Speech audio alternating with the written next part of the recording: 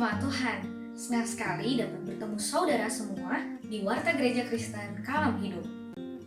Selama pandemi COVID-19, ibadah akan dilaksanakan secara online, dan untuk liturgi serta renungan akan dikirimkan melalui grup WhatsApp Gereja Kristen Kalam Hidup. Bagi Bapak Ibu Saudara sekalian yang membutuhkan konseling, Bapak Ibu dapat menghubungi Pendeta Gideon Setiabudi. Bagi saudara sekalian yang ingin memberikan persembahan, perpuluhan, atau pengucapan syukur, Anda dapat mengirimkan melalui rekening Gereja Kristen Kalam Hidup yang tertera di bawah ini. Dan tidak lupa juga nih, kita memiliki gerakan janji iman yang digunakan untuk membantu pelayanan pekerjaan Tuhan. Warga jemaat yang ingin memberikan janji imannya, Anda dapat memberikan melalui rekening gereja yang tertera di bawah ini. Biarlah kita sebagai murid-murid Kristus senantiasa untuk terus mengucap syukur dan selalu menjaga kesehatan karena Tuhan telah melindungi kita dan menjaga kita sampai saat ini. Terima kasih, selamat beribadah, Tuhan Yesus memberkati. Kita bersyukur Tuhan terus hadir dalam setiap kehidupan kita. Sebelum kita memulai ibadah kita, mari sejenak saat teduh.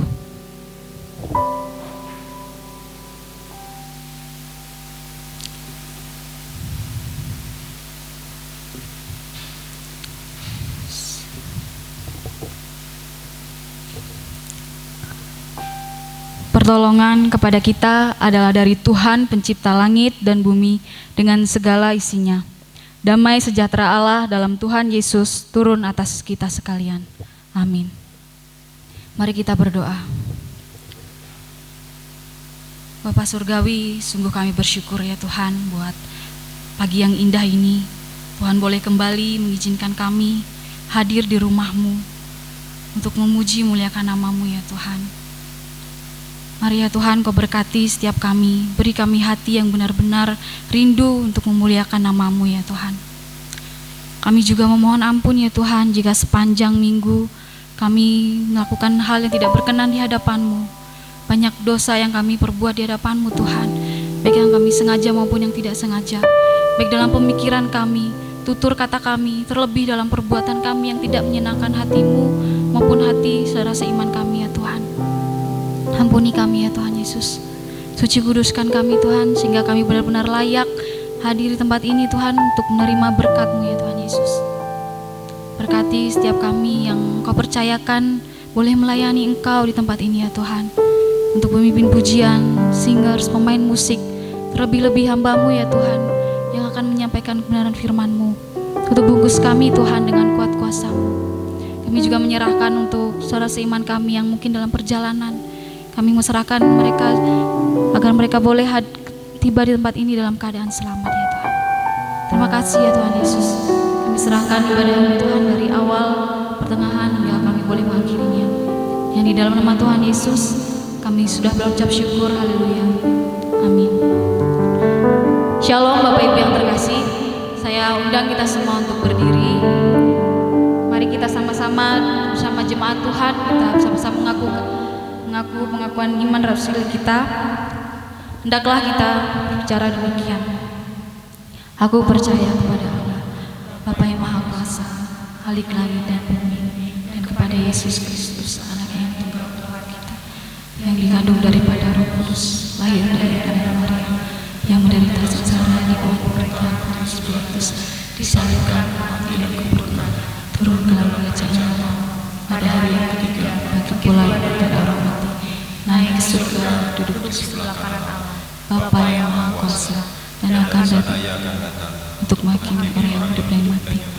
Aku percaya kepada Roh Kudus, gereja yang kudus dan am, persekutuan Roh Kudus, pengampunan dosa, kebangkitan orang mati, dan hidup yang kekal. Amin. Bapak Ibu tetap berdiri. Kita akan bersama-sama bersukacita memuji nama Tuhan. Namun sebelumnya saya rindu kita untuk melirik kanan kiri, biarpun kita nggak bisa lihat senyum ya, tapi saya percaya Bapak Ibu punya sukacita dalam Tuhan. Mari kita nyanyikan pujian sukacita dalam Tuhan. Kita tinggalkan segala masa lalu kita mau fokus ke depan. Kita percaya bahwa harapan Tuhan itu selalu ada dalam kehidupan kita. Mari kita pujian sukacita.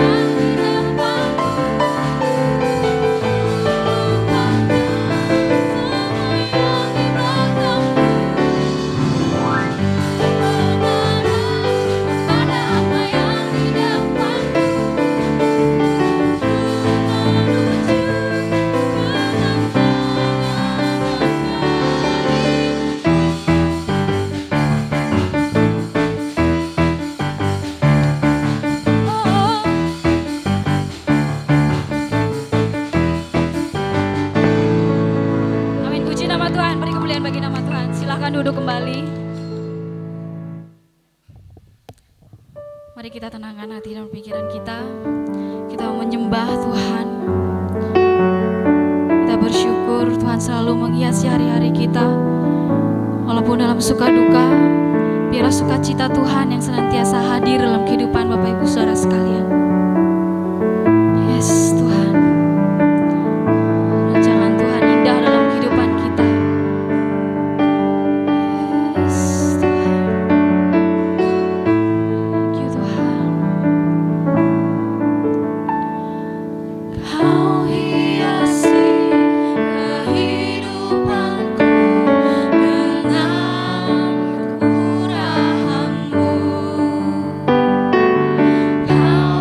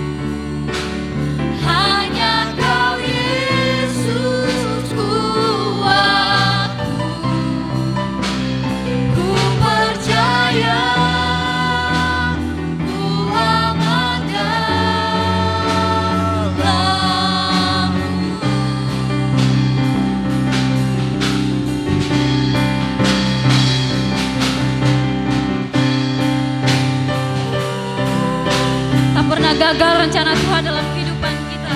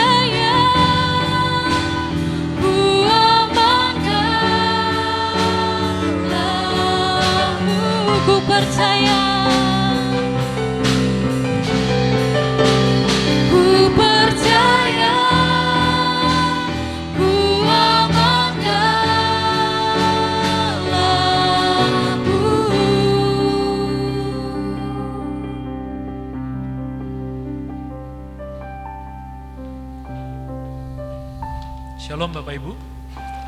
Mari kita berdoa. Terima kasih ya Tuhan untuk kesempatan boleh datang ke hadapan-Mu pada pagi hari ini.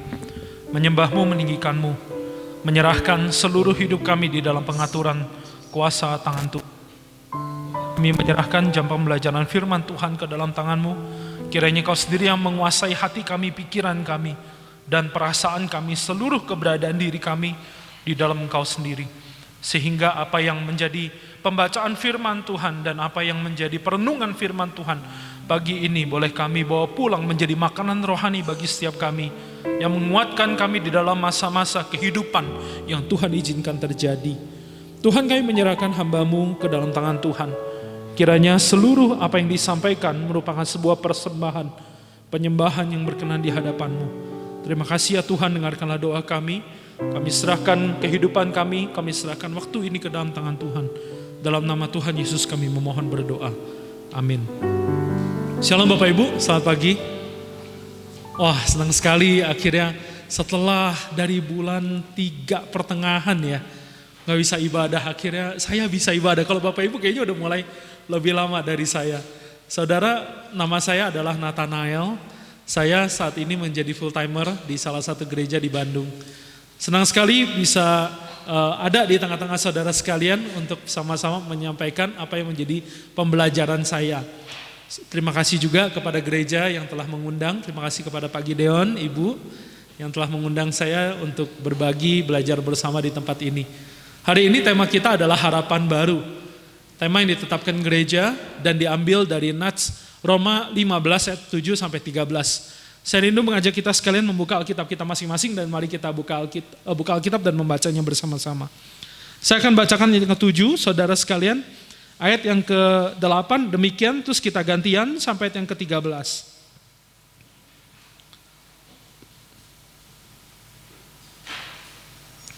Sudah menemukannya saudara, saya tidak bikin PowerPoint-nya ya, jadi kita harus buka Alkitab sendiri. Entah itu yang ada di handphone ataupun yang Alkitab yang kertas, begitu. Ya, saya akan bacakan yang ke-7. Sebab itu terimalah satu akan yang lain sama seperti Kristus juga telah menerima kita untuk kemuliaan Allah.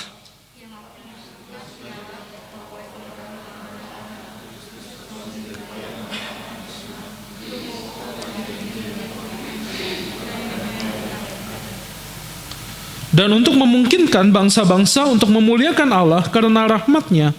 Seperti ada tertulis, sebab itu aku akan memuliakan engkau di antara bangsa-bangsa dan menyanyikan mazmur bagi nama-Mu.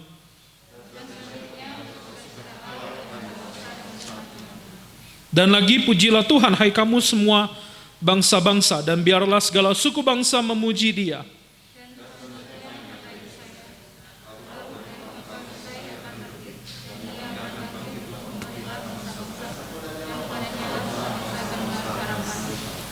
Semoga Allah sumber pengharapan memenuhi kamu dengan segala sukacita dan damai sejahtera dalam iman kamu, supaya oleh kekuatan Roh Kudus kamu berlimpah-limpah dalam pengharapan.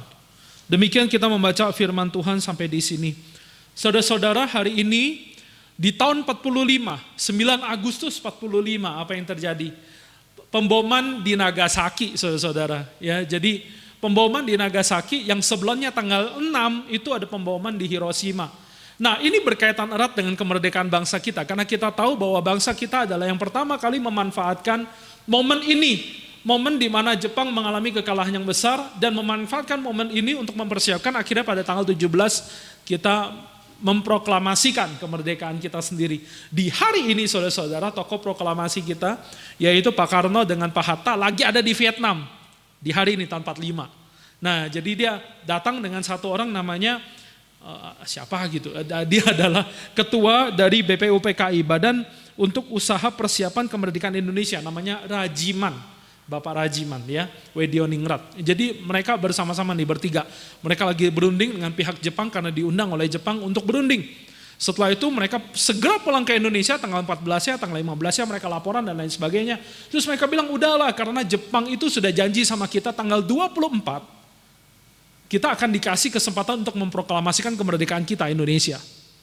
Tapi para pemuda itu ya teman-teman, saudara-saudara sekali, para pemuda itu mereka merasa, aduh ini kayak begini kita nggak bisa percaya. Jangan-jangan ini tipu muslihat Jepang. Karena sebelumnya mereka janji tanggal 22 boleh proklamasi. Tapi begitu ketiga orang perwakilan Indonesia pergi ke Vietnam ternyata diundur. Jadi tanggal 24. Jangan-jangan ini tipu muslihat. Jangan-jangan ini kebohongan nih. Harapan kita bisa sirna nih kayak begini. Harapan kita untuk merdeka bisa-bisa jadi pupus begitu. Maka akhirnya terjadilah peristiwa yang kita kenal dengan peristiwa Rengas Dengklok ya. Jadi para tokoh ini diculik ke Rengas Dengklok dan kemudian mereka itu dipaksa untuk segera memproklamasikan kemerdekaan Indonesia. Nah, saudara-saudara, maka tidak lama kemudian persiapan itu selesai dan tanggal 17 terjadilah kemerdekaan kita. Nah, saudara-saudara, pertanyaannya hari ini adalah setelah kita merdeka selama 75 tahun, sudahkah kita merdeka? Sudahkah kita mengalami kemerdekaan yang beneran? Sudahkah harapan itu menjadi kenyataan, saudara-saudara? Sudahkah apa yang dicita-citakan oleh para proklamator itu betul-betul menjadi kenyataan, saudara-saudara?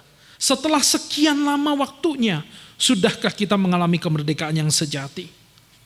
Saudara-saudara yang dikasihi Tuhan, pengharapan seringkali menjadi satu hal yang tidak terwujudkan. Itu bukan karena pengharapannya salah. Karena sesungguhnya pengharapan itu adalah sesuatu yang sangat indah. Pengharapan, kita selalu punya pengharapan, bukan? Kita berharap bahwa keluarga kita bisa menjadi lebih baik.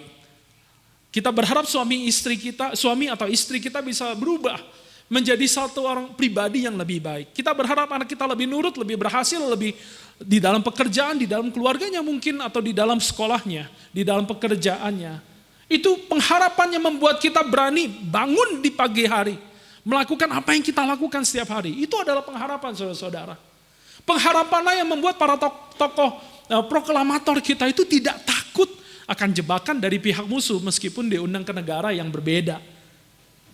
Itu yang membuat para pejuang kita berani membayar bahkan dengan nyawanya, dengan darah, dengan nyawanya untuk memperjuangkan pengharapan akan kemerdekaan ini. Saudara-saudara, di dalam kelaparan, di dalam kemiskinan, di dalam penderitaan, di dalam keputusasaan, kita selalu melihat adanya kehidupan yang baru dilahirkan, bukan? Mereka tidak putus asa bahkan di dalam masa-masa perang, iya kan? Karena pengharapan. Tapi seringkali saudara-saudara, apakah pengharapan itu bisa tercapai? Ini pertanyaan besar. Benarkah pengharapan kita selalu terwujud, saudara-saudara? Benarkah kita selalu menemukan bahwa pengharapan kita selalu terwujud? Di dalam segala zaman, di dalam segala masa, manusia senantiasa diperhadapkan kepada satu belenggu yang tidak terpatahkan. Belenggu itu adalah belenggu dosa yang bentuknya macam-macam. Kemiskinan, penderitaan, sakit penyakit, kebodohan. Itu kita alami, itu menjadi pergumulan kita. Saudara-saudara, jadi pengharapan itu sendiri tidak salah. Tapi yang menjadi permasalahan adalah kepada siapa kita menaruh pengharapan. Kenapa pergumulan itu senantiasa ada? Karena mungkin kita salah menaruh pengharapan kita. Ketika kita menemui masalah, kita menaruh pengharapan kita kepada orang lain, bukan? Kita menaruh pengharapan kita kepada pemerintah. Kalau si ini menjabat nanti ya, nanti kita pasti punya masa depan yang lebih bagus. Nanti rupiah bisa menguat. Kalau saya menikahi orang yang tepat, nanti keluarga saya akan berubah. Kalau saya menikahi orang yang tepat, nanti masa depan saya akan berbeda deh. Nanti kalau saya punya pekerjaan yang lain, yang bukan pekerjaan yang sekarang saya jalanin, masa depan saya pasti beda deh. Jadi pengharapan kita taruh kepada pemerintah, kita taruh kepada orang, kita taruh kepada pekerjaan, kita taruh di dalam hal-hal yang gak bisa menyelesaikan masalah yang paling mendasar, yaitu dosa. Bentuknya macam-macam, saudara-saudara, yang tadi saya sebutkan. Kesulitan, masalah, perselisihan. Itu penyelesaiannya. Gak bisa manusia menyelesaikan itu. Karena itu bukan yang bisa manusia kerjakan. Itu sebabnya bangsa yang sudah merdeka ratusan tahun seperti Amerika sekalipun, kita tahu belakangan apa yang terjadi. Mereka mengumumkan mereka resesi. Mereka demo karena ada orang kulit hitam yang dibunuh. Nyawa manusia tidak dihargai. Saudara-saudara, cita-cita pendiri negara dimanapun sangat indah. Tetapi tidak tercapai karena salah menaruh pengharapan kepada manusia, bukan kepada Tuhan. Hari ini saya rindu mengajak kita semua untuk menaruh pengharapan kita di dalam Kristus. Tidak ada kemerdekaan sejati, tidak ada kehidupan sejati, tidak ada pengharapan sejati di luar Kristus. Amin, saudara. Dan kita harus menyatakan kepada dunia tentang ini. Pengharapan yang kita miliki, pengharapan yang kita telah alami, pengharapan yang telah kita kenal saat ini. Karena di dalam kematian Tuhan, mereka kira orang yang membunuh Tuhan, mereka kira mereka menghabisi pengharapan. Mereka kira mereka menghabisi pemimpin. Kalau pemimpin dihabisi, maka pergerakan itu habis pula. Mereka pikir dengan menghabisi Tuhan Yesus, dengan mematikan Tuhan Yesus, maka mereka telah mematikan pengharapan yang dimiliki oleh para pengikutnya.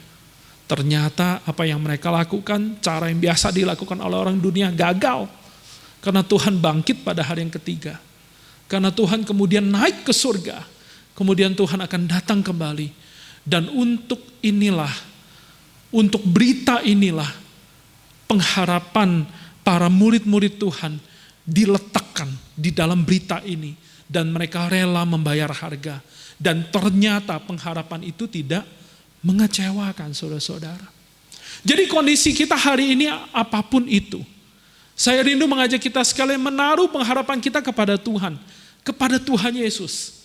Kenapa menaruh pengharapan kita kepada Tuhan Yesus, saudara-saudara? Karena di dalam Tuhan Yesus tidak ada penolakan. Di dalam Tuhan Yesus tidak ada perpisahan. Dalam Tuhan Yesus tidak ada perceraian. Dalam Tuhan Yesus tidak ada diskriminasi. Dalam Tuhan Yesus tidak ada orang yang memandang sebelah mata. Dalam Tuhan Yesus tidak ada perpecahan. Saudara-saudara, mungkin hari ini kita kehilangan harapan karena ini. Karena hal-hal yang saya sebutkan tadi. Mungkin karena perpecahan, mungkin karena perceraian, mungkin karena penolakan, dipandang sebelah mata, mungkin karena diskriminasi, kita mengalami harapan yang pupus saat ini. Tapi saudara, kita diterima oleh Tuhan, itu yang disebutkan di dalam ayat yang ke-7. Roma pasal 15 ayat yang ke-7 berkata, terimalah satu akan yang lain, sama seperti Kristus juga telah menerima kita untuk kemuliaan Allah. Saudara, jadi Tuhan telah menerima kita. Tuhan tidak memandang latar belakang suku, bangsa, budaya, bahasa. Karena itu adalah hal yang suci, hal yang sakral yang Tuhan berikan sebagai anugerah kepada setiap individu. Dan itu Tuhan berikan sebagai hadiah yang istimewa. Tuhan melihat kita sama semua. Dan Tuhan menerima kita di dalam iman kepada Tuhan sebagai sebuah bentuk anugerah. Saudara, jadi di dalam Tuhan kita bisa beribadah bersama. Kita nggak lihat suku bangsa, bahasa, kita nggak lihat strata sosial. Kita nggak lihat itu semua. Perpecahan yang terjadi. Namun saudara-saudara, iblis tidak suka hal ini. Maka yang iblis lakukan adalah mengadu domba, memecah belah. Itu yang terjadi di dalam gereja Roma. Itu sebabnya Paulus menasihatkan supaya semua orang saling menerima. Karena ternyata di dalam gereja Roma ada perpecahan. Perpecahan macam apa? Perpecahan karena ada orang yang menjadi orang Kristen dari latar belakang Yahudi. Mereka bilang nggak boleh tuh makan daging yang akan dipersembahkan atau bekas dipersembahkan kepada berhala, kepada dewa-dewi. Nggak boleh makan daging. Ada juga orang Roma yang bilang harus dengan pemikiran ini, pemikiran itu untuk menjadi orang yang percaya kepada Tuhan. Ada juga yang berkata harus tetap menjaga kekudusan hari-hari raya, hari tabernakel, hari Sabat. Jadi berbagai macam pandangan di dalam gereja itu yang membuat gereja akhirnya tidak bersatu. Tapi Paulus bilang hal-hal begini gak penting, lahiriah doang. Ini gak penting, ini gak bikin kamu jadi binasa. Gak perlu ributin hal-hal sepele, remeh-temeh begini. Karena sebenarnya Tuhan telah menerima kita semua. Apapun latar belakang kita, mau bersunat maupun tidak bersunat. Yang menjaga tradisi maupun yang tidak menjaga tradisi. Maka persatuan dalam Tuhan ini jangan sampai dipecah belah oleh karena hal-hal yang remeh-temeh. Ingat dasar imanmu, itu yang ayat 7 bilang. Dasar imanmu itu adalah Tuhan Yesus. Nah saudara, kita adalah orang yang di dalam gereja. Kita telah diterima oleh Tuhan, tidak lihat warna kulit, tidak lihat strata sosial, tidak lihat perbedaan lainnya. Tuhan hanya lihat kita manusia berdosa dan yang berharga pula. Kita disatukan, ini kesatuan kita. Kita perlu disatukan dan di dalam persatuan itu ada kekuatan yang besar. Di dalam persatuan ada pengharapan. Saudara, saya nggak tahu hari ini mungkin kita pupus pengharapan karena hal-hal duniawi. Di dalam Tuhan, di dalam gereja Tuhan ada persatuan. Dan kita bisa menaruh pengharapan tidak hanya kepada Tuhan, tetapi juga menaruh pengharapan kepada gereja Tuhan. Kepada kelompok ini, kepada keluarga ini. Karena di dalam sini ada penerimaan, di dalam sini ada perubahan, di dalam sini ada awal permulaan yang baru. Saudara, pengharapan ini tidak sia-sia. Karena orang yang menaruh pengharapan kepada Tuhan Yesus punya dasar pengharapan kepada Allah Tritunggal. Mari kita baca bersama-sama di dalam ayat yang sebenarnya ayat yang ke-10 sampai ayat yang ke-13, saudara-saudara. Ya, tetapi saya akan coba singkat. Kita coba baca ayat 12-13 saja. Taruk dari pangkal Isai akan terbit dan ia akan bangkit untuk memerintah bangsa-bangsa. Dan kepadanya lah bangsa-bangsa akan menaruh harapan. Semoga Allah sumber pengharapan memenuhi kamu dengan segala sukacita dan damai sejahtera dalam iman kamu, supaya oleh kekuatan Roh Kudus kamu berlimpah-limpah di dalam pengharapan. Saudara-saudara, yang kedua yang disampaikan oleh Paulus adalah ketika kita percaya kepada Tuhan Yesus, dasar pengharapan kita bukan kepada hal-hal yang fana, bukan kepada oh ya kita satu ya, kita baik-baik ya, kita datang ke gereja ya, kita sama-sama memuji Tuhan ya, kita jangan berantem ya. Itu semua tampak lahiriah saja. Itu bisa tercapai di dalam bahkan perkumpulan klub-klub di dalam dunia, nggak perlu di gereja, kelihatan persatuan. Nah, persatuan gereja bisa terjadi bukan hanya Kristus saja, bukan hanya karena Kristus menerima kita, tetapi karena dasar persatuan kita diletakkan di dalam Allah Tritunggal. Di sini Paulus menjabarkan, saudara-saudara, menjabarkan tentang dasar pengharapan kita. Dia bilang, dasar pengharapan kamu itu kepada Allah yang adalah sumber pengharapan. Jadi pengharapan tidak datang dari kita, tetapi dari Allah yang merupakan sumber segala sesuatu. Sumber kehidupan, sumber kedamaian, sumber masa depan, termasuk sumber pengharapan. Jadi kalau kita punya orang yang percaya, jadi kita orang yang percaya kepada Tuhan Yesus, punya pengharapan, kita tahu itu bukan dari diri kita sendiri. Tetapi itu datangnya daripada Allah yang adalah sumber pengharapan. Jadi kalau kita hari ini punya pengharapan, itu datangnya dari Allah yang adalah sumber. Allah yang tidak berubah, Allah yang mulai dari awal dan yang akhir. Allah yang memulai awal dan Allah yang mengakhiri. Jadi sumber kita itu di dalam Allah. Dan sumber pengharapan kita karena Tuhan Yesus telah mengalahkan maut. Sumber pengharapan kita yang ketiga yaitu di dalam Roh Kudus, saudara-saudara. Karena Roh Kudus yang bekerja di dalam diri kita untuk terus-menerus mengingatkan kita akan firman Tuhan, akan karya Tuhan dalam hidup kita. Mengingatkan terus akan betapa setianya Allah Bapa kita itu. Mengingatkan kita akan betapa setianya Tuhan kita dari zaman permulaan.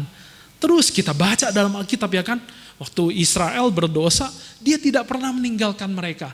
Waktu Israel mulai melawan Tuhan, Tuhan tidak pernah meninggalkan mereka. Tuhan terbukti setia. Itu karya Roh Kudus, ingetin kita terus tuh apa yang Tuhan telah lakukan dalam sejarah. Maka iman, dasar iman kita bukan kepada satu hal yang mengawang-awang, tapi pada satu jangkar, pada satu fondasi yang begitu kuat, yaitu Allah sendiri. Roh Kudus mengingatkan kita bahwa Tuhan setia, sekarang setia, kedepannya setia juga. Jadi dasar pengharapan kita adalah Allah Tritunggal, saudara-saudara. Itu sebabnya di dalam Tuhan dasar kita menjadi kokoh, dasar berharap kita menjadi kokoh. Dan yang mengapa kita perlu berharap kepada Tuhan? Karena di dalam Tuhan harapan kita tidak menjadi sia-sia. Saudara-saudara, kehidupan yang kita jalani setiap hari itu banyak hal yang kita lakukan adalah rutinitas yang berulang. Ya, banyak hal yang berulang. Kita mesti bangun pagi. Kalau dalam kasus saya sebelum COVID, mau bangun pagi, saya mesti nganterin anak, habis itu saya ngantor di gereja, kemudian pulang, kemudian dan lain sebagainya, gitu ya. Jadi ada satu jadwal rutin yang terus menerus. Kita seringkali mengisi itu. Manusia seringkali mengisi rutinitas itu dengan harapan. Saya lakukan rutinitas ini, it's okay. Saya berani bayar harga. Demi apa? Demi kehidupan keluarga yang lebih baik. Saya bisa nabung lebih banyak dan lain sebagainya. Tetapi kita orang yang percaya kepada Tuhan, kita tahu dasar pengharapan kita adalah Allah Tritunggal, sehingga apa yang saya lakukan adalah untuk Tuhan. Ini yang mengisi makna di dalam rutinitas kita setiap hari. Nah, saudara yang terkasih dalam Tuhan, inilah pengharapan dalam Tuhan. Bahwa di dalam Tuhan ada persatuan. Dan dasar pengharapan kita itu kokoh. Karena dasarnya adalah iman yang diberikan oleh Allah sendiri. Dan pengharapan ini mengisi makna dalam hidup kita. Pengharapan ini tidak pupus. Pengharapan ini ada maknanya di dalam kehidupan kita. Nah, saudara-saudara yang terkasih di dalam Tuhan. Orang yang menemukan makna di dalam Tuhan itu akan berani menjual segala harta miliknya. Artinya dia berani membayar harga, semua harganya untuk memperoleh pengharapan di dalam Tuhan. Saudara, hal ini sangat indah, bukan? Mark Twain, seorang penulis, seorang Kristen, dia pernah berkata, 2 hari yang paling penting dalam kehidupan kita adalah hari di mana kita dilahirkan dan hari di mana kita menemukan makna mengapa saya dilahirkan. 2 hari ini begitu penting. Dan bila pengharapan kita tidak berdasar kepada Tuhan, pengharapan kita tidak di dalam Tuhan, di dalam keluarga Tuhan, maka kita tidak menemukan makna dalam pengharapan kita. Yang ada hanyalah pengharapan yang sia-sia dan pengharapan yang akan pupus. Saudara, izinkan saya memperkenalkan satu penjara yang paling sadis di Amerika di dalam sejarahnya. Penjara ini adalah penjara Angola. Penjara Angola ini mempunyai 5.000. Penjara Angola ini mempunyai 5.000 tahanan. 80% dari tahanan ini adalah tahanan seumur hidup tanpa kemungkinan untuk bebas bersyarat. Tanpa kemungkinan untuk bebas bersyarat. 80%. Jadi orang yang tidak punya pengharapan ada di dalam sana. Apa yang mereka lakukan, saudara-saudara? Mengapa disebut sebagai penjara yang paling sadis? Karena penjara ini akhirnya banyak terjadi pembunuhan. Napi saling membunuh satu sama yang lain. Saling membunuh gitu. Nah, sadis banget, saudara-saudara. Dan sisa 20%-nya, 80% adalah yang seumur hidup, 20%-nya adalah mereka yang akan menjadi tahanan mati. Tahanan yang akan dihukum mati begitu. Jadi di mana-mana kita bisa mendengar akan kata-kata kutukan, kata-kata kotor, kata-kata cacian, makian. Karena mereka nggak punya pengharapan. Lalu datanglah satu orang kepala sipir penjara. Namanya Burl Cain. Orang ini adalah seorang Kristen yang taat. Dia sangat percaya kepada kuasa Injil. Dia sangat percaya kepada kuasa Tuhan yang bisa mengubahkan manusia. Maka dia bekerja samalah dengan salah satu seminari sekolah Alkitab Baptis di Amerika untuk membuat program pendalaman Alkitab. Para napi diwajibkan untuk ikutan program pendalaman Alkitab ini. Mereka wajib ikutan. Sewaktu mereka ikut ini, pelan-pelan kehidupan mulai berubah. Satu kali ada seorang pendeta yang sangat terkenal bernama Ravi Zacharias. Ravi Zacharias ini datang mengunjungi penjara ini. Dan di penjara ini waktu dia datang, orang-orang mengenali dia. Orang-orang bandit, penjahat itu, saudara.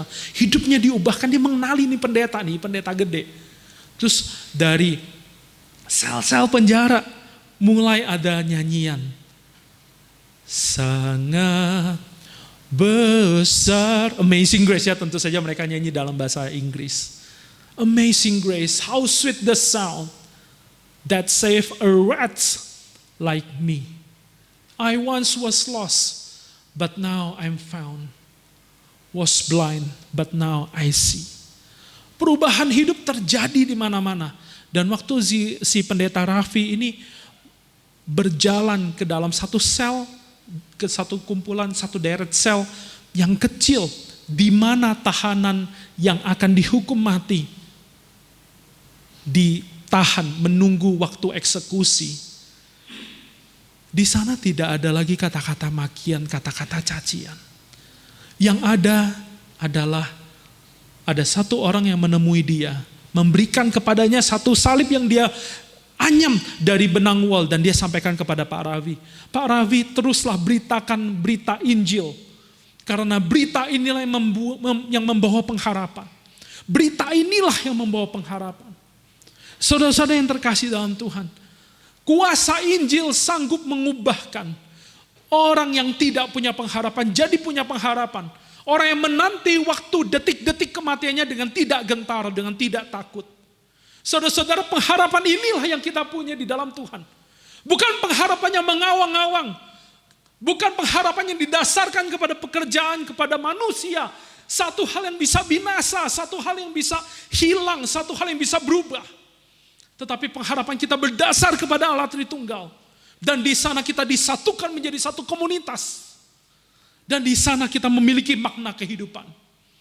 Saudara-saudara, apakah ini menjadi jawaban atas kemiskinan? Apakah pengharapan ini dalam Tuhan menjadi jawaban atas kesulitan rumah tangga yang kita hadapi? Apakah ini menjadi jawaban atas pekerjaan atau situasi saat ini, situasi COVID saat ini? Ataukah jangan-jangan ini hanya menjadi obat bius saja di dalam pikiran kita? Oh iya, kita dari gereja, lalu kita dengar firman Tuhan gitu ya, terus kita bilang, oh iya, dalam Tuhan ada pengharapan baru. Setelah itu begitu kita pulang sampai di rumah, kita ketemu juga masalah yang sama. Apakah ini hanya obat bius saja? Tidak, saudara-saudara. Karena firman Tuhan itu mengubah pola pandang kita terhadap masalah. Hidup itu yang kita alami saat ini, itu bukan kutukan dari Tuhan. Tetapi Tuhan ingin supaya di dalam masa yang paling rendah hidup kita, itu menjadi jalan, pintu yang terbuka bagi kita untuk masuk ke dalam pengharapan kepada Tuhan lebih dalam.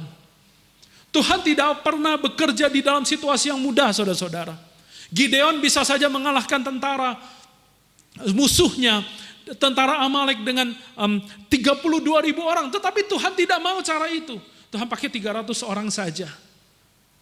Tuhan tidak membawa orang Israel, saudara-saudara, memutari laut mati. Tetapi Tuhan mau membelah laut mati supaya mereka bisa berjalan melaluinya.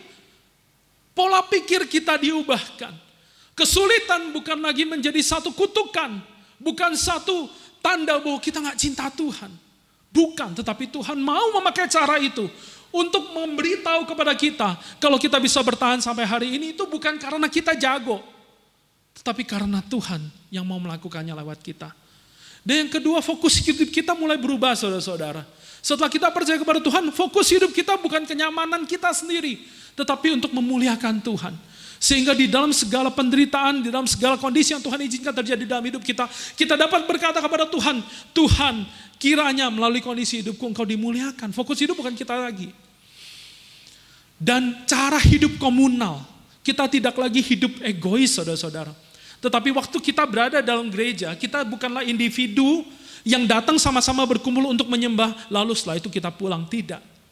Di dalam gereja yang disatukan oleh Tuhan ini, kita mulai belajar bahwa mengasihi Tuhan juga harus dinyatakan dengan mengasihi sesama.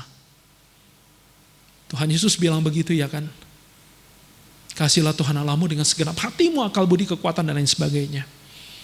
Tapi yang lebih dan yang hukum yang kedua yang tidak kalah penting daripada itu adalah kasihilah sesamamu manusia seperti dirimu sendiri. Maka saudara-saudara, apa yang kita bawa pulang hari ini? Satu, hindarin ngabisin waktu buat ngurusin yang enggak-enggak. Karena yang ngurusin yang enggak-enggak itu, saudara, bisa bikin gereja pecah. Bisa bikin komunitas pecah. Jadi kita hindarin ngabisin waktu buat yang begituan. Maksudnya gimana? Dalam persekutuan, dalam waktu kita ketemu sama orang, yang kita obrolin, jangan yang menghabiskan waktu dan memecahkan. Yang bikin pecah maksud saya. Jangan waktu ngobrol sama orang, lu lihat gak tadi itu orang? Masa dia gak mandi, bau banget? Lu tahu dari mana? Iya, soalnya gue duduk samping dia, bau banget. Saudara, waktu kita ketemu sama teman-teman, waktu kita ketemu sama saudara-saudari seiman, jangan ngabisin waktu buat hal yang sepele. Tau gak sih tadi lagunya, gue gak bisa. Itu ngapain aja sih tadi? Orang-orang yang mimpin penyembahan, itu mereka apa gak mikir gue gak bisa lagunya? Hal-hal begitu tuh remeh-temeh, saudara. Itu gak penting. Kalau yang menjadi sumber keributan adalah Yesus Kristus bukan Tuhan. Tahu-tahu begitu ya? Nah itu baru penting, kita baru urusin. Tapi kalau hal yang remeh-temeh, mau pakai baju apa. Ada satu gereja di Amerika, pecah saudara-saudara, gara-gara ada anak muda datang ke gereja, pakai topi. Gara-gara itu doang, pecah. Minggu depannya, anak itu gak keburu mandi. Jadi dia rambutnya kribo kali gitu ya. Jadi dia pakai topi untuk menutupi rambutnya yang berantakan. Minggu depannya lagi dia bilang, ternyata gak ditegur. Dia pakai lagi gitu. Terus ada orang lain lihat, Boleh ya pakai topi gereja. Jadi minggu depannya lagi ada yang lain ikut-ikutan. Makin banyak begitu loh. Akhirnya rapat majelis. Boleh nggak pakai topi di dalam gereja? Ada yang boleh, ada yang tidak. Terjadilah diskusi, terjadilah beda pendapat, terjadilah perdebatan, terjadilah perpecahan. Jangan ngabisin waktu buat hal yang remeh-temeh. Kemudian kita harus pastikan semua yang kita lakukan itu adalah untuk membangun orang lain. Maksudnya gini, sekarang kita forward apa saudara-saudara? Saya sering banget tuh ya mendapatkan forwardan dari orang yang bilang, jangan beli handphone Amerika karena Amerika lagi perang dagang sama China. Dukung China, dukung merek China. Sebagai orang Tionghoa, dukung merek China. Aduh, saya bilang yang beginian dibagiinnya di dalam grup gereja. Yang beginian dibagiin sama orang-orang yang percaya Tuhan. Ini dibagiin, yang hal-hal begini dibagiin sama orang yang udah lama percaya Tuhan ngakunya. Aduh, saudara begini nih. Apa yang kita bagikan itu harus membangun orang lain. Kita bagiin dong kesempatan bisnisnya enggak saudara? Kalau kita ada channel kesempatan bisnis, kita kasih tahu orang supaya orang itu juga bisa berhasil, bisa bangun. Yang kita bagiin ke orang lain, bagiin dong ayat-ayat. Kita bagiin dong renungan firman Tuhan yang telah menjadi berkat buat kehidupan kita. Itu yang kita bagiin. Yang kita lakukan, kita harus pastikan itu bisa membangun orang lain. Yang terakhir saudara-saudara, kita harus arahkan semua kegiatan kita untuk ngasih tahu orang lain tentang pengharapan kita ini. Pengharapan kita nggak sia-sia. Pengharapan kita ini mengubah kehidupan. Pengharapan kita ini adalah pengharapan yang punya dasar yang kokoh. Jadi semua kegiatan, semua program gereja, semua aktivitas kita harus rancang sedemikian rupa sehingga orang lain tahu, ini loh ada pengharapan dalam Tuhan. Saudara, ada seorang namanya Nabil Qureshi. Dia adalah seorang apologet baru meninggal tahun 2017. Masih muda, 34 tahun meninggal. Karena sakit kanker. Dia adalah orang yang bukan dari agama Kristen. Dia mencari-cari Tuhan. Dan akhirnya dia menemukan Tuhan. Dari kecil dia dibentuk untuk menjadi seorang apologet yang membela agamanya. Kakek neneknya adalah misionaris untuk agama itu di Indonesia. Dari kedua belah pihak. Dari papa mama, dari papa dan dari mama. Dua belah pihak menjadi misionaris untuk membela agamanya di Indonesia. Kemudian mereka pindah ke Amerika. Dari kecil dia harus beribadah, dia harus belajar, dia harus menghafalkan ayat-ayat yang menjatuhkan iman orang Kristen. Jadi itu udah jadi hobi dia untuk menjatuhkan iman orang Kristen. Dari SD sampai SMA itu yang dia lakukan. Satu hari ada teman SMA-nya yang duduk di depan dia. Bilang sama dia, Nabil, lu tahu gak bahwa Yesus adalah Tuhan? Nabil bilang, kamu yakin betul bahwa Yesus adalah Tuhan? Terus Nabil memakai ayat-ayat Alkitab untuk menjatuhkan iman, menjatuhkan pemikiran dari teman yang wanita ini. Orang ini sampai gak bisa ngomong saudara-saudara, teman wanita ini. Tapi di hari itu Nabil belajar dua hal. Yang pertama, kenapa selama ini tidak ada orang di dalam kelas SMA-nya itu yang memberitakan Injil, memberitakan Yesus adalah Tuhan kepada dia? Bagi dia hanya ada dua kemungkinan. Yang pertama, orang-orang yang mengaku Kristen di sekolahnya, di kelasnya, tidak benar-benar percaya bahwa Yesus adalah Tuhan. Tidak benar-benar percaya bahwa ada pengharapan dalam Tuhan. Atau kemungkinan yang kedua. Kemungkinan yang kedua adalah kalau mereka percaya betul bahwa Yesus adalah Tuhan dan keselamatan dan pengharapan dan kedamaian hanya ada di dalam Tuhan Yesus. Maka kemungkinan kedua yang paling masuk akal adalah mereka tidak peduli kalau Nabil tidak selamat. Saudara-saudara, ini rencana besar Allah supaya semua orang mendapat pengharapan ini. Di mana posisi kita? Maukah kita berbagian? Kiranya Tuhan memberkati kita. Mari kita berdoa. Kami berterima kasih untuk apa yang telah kami renungkan hari ini ya Tuhan.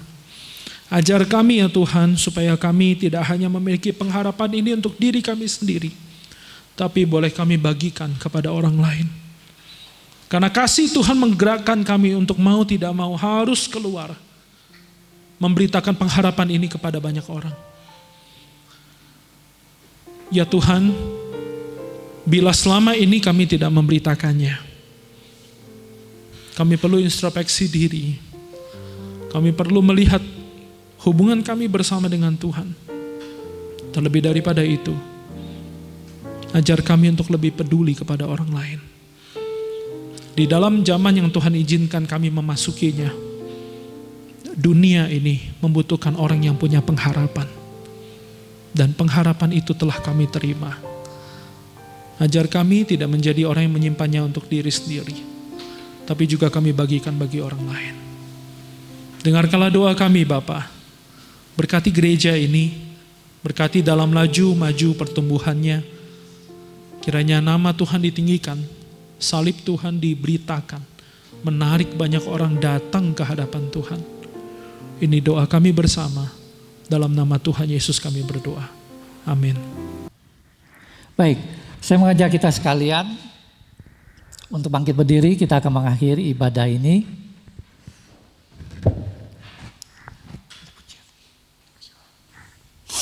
Baik, mari kita tundukkan kepala, kita akan berdoa. Sekali lagi Tuhan, kami bersyukur, berterima kasih karena Engkau sudah memimpin seluruh rangkaian ibadah kami Tuhan. Dan kami diberkati, baik ketika kami menaikkan pujian, lebih lagi kami diberkati melalui kebenaran firman-Mu Tuhan. Ini mengingatkan kami, menegur kami Tuhan, untuk kami tidak memikirkan hanya diri kami sendiri, tapi kami boleh peduli dengan orang-orang di sekitar kami. Ketika kami menaruh pengharapan kami kepada Engkau, dan kami merasakan bahwa pengharapan kami tidak sia-sia. Inilah Tuhan yang Engkau mau untuk kami ceritakan, bagikan kepada orang-orang Tuhan percayakan hadir di dalam kehidupan kami. Sehingga sungguh Tuhan, nama Tuhan semakin ditinggikan. Banyak orang datang mengaku bahwa Yesus adalah Tuhan.